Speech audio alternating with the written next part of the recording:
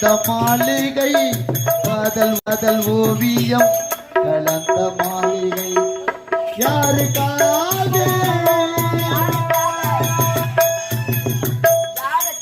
யாருக்காக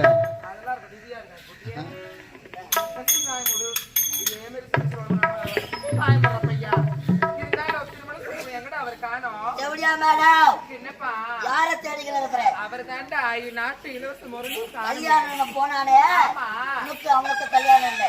அவனுக்கு மரகதபுரி நாட்டு இளவரசி மரகத மாலாவுக்கோ முரளிக்கோ கல்யாணம்